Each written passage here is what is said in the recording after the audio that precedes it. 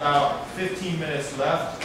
One of the things that computer science is really good at is it's really good at taking just numbers and making it so you can visualize it and understand what all the numbers mean. So this is called visualization.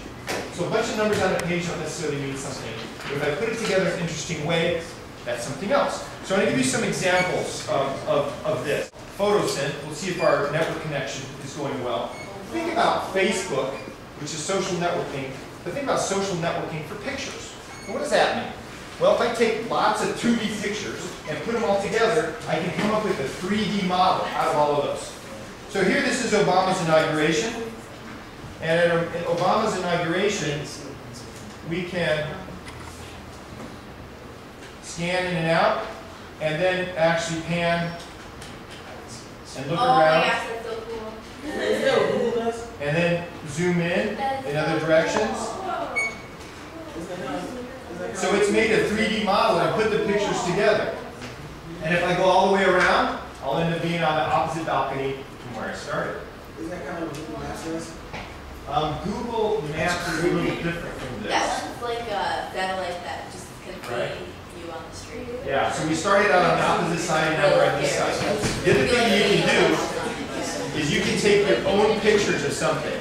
So you want to have, like let's say if I wanted to make a 3D model of these speakers right here, you want to take a bunch of pictures close up from away, from all the way around it, and you want to take probably about 50 to 70 pictures to get an accurate model. So it takes lots of pictures to do this. We can look at a different model just to give you an idea. Let's see if I can find, there's one called Lily, which is pretty cool. Let's see if we can find Lily. And this was a guy that took pictures in his mother's garden of a lily.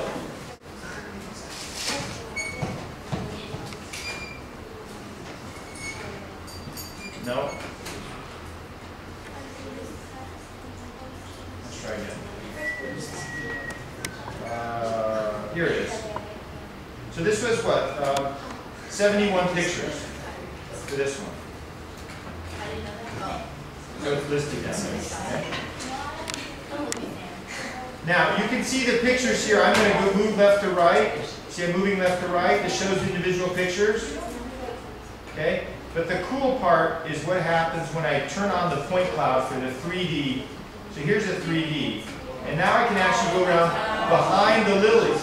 Maybe you can take pictures from behind the lily, but because of the 3D model, I can go around. So you could, there's another one of these in here called Greg's Head, where actually is a bunch of pictures taken from a guy's head. You can actually go inside his head and look out through his eyes, right? Which is much more difficult to do in real life. And this is another one called Wordle. And in Wordle, we can take something like, let me see, loading up there, loading up. Let's go over to Obama, since we're talking about Obama, civil rights. He has a statement on civil rights. Obama on civil rights. Come on, wake up from here. Network's a little slow. Okay, so let's take this stuff on civil rights. Okay, so then, again, I don't know what this site is. I don't know if it's really Obama's site or not, or what it is. Onissues.org. Okay, so let's take that text, and then that text we're going to erase all the formatting by pasting it into Notepad here, and then we'll go back into Wordle. So you can use this for a class assignment. We'll put all that in there. We'll say go, and it's going to create a word picture for us based on Obama's civil rights. So we can see these different words. Obama, that shows it up there a bunch of times, right? America, people, and so forth. Okay? And then you can change the different options in here if you want. So the interesting thing about this is that this allows us to visualize a bunch of words in a different way and look at this data in a different way. And one last one I'd like to show you.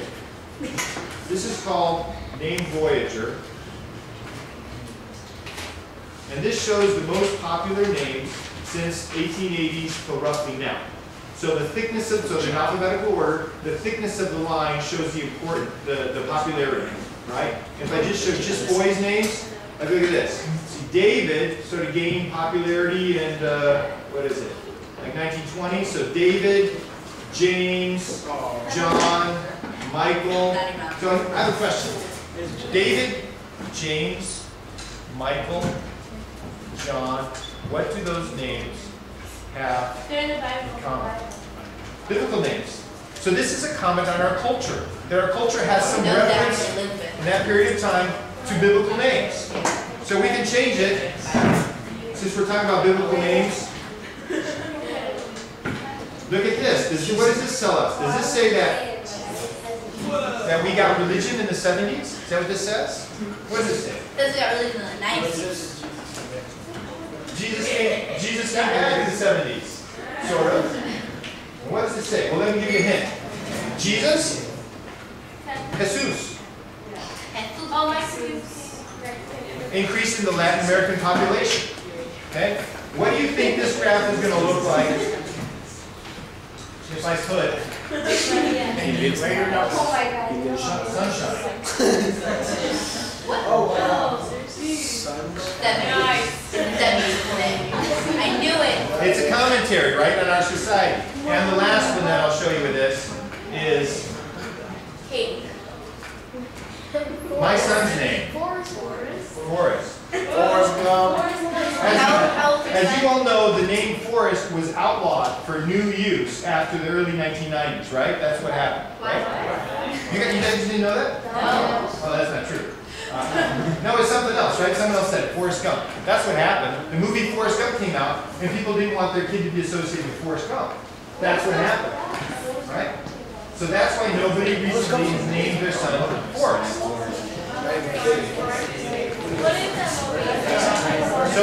So if you guys want to do this, let me Google search on name Voyager and a Google search on Wordle. You can find these things. Or photosynth. So photosynth, name Voyager, Wordle. So examples of visualization.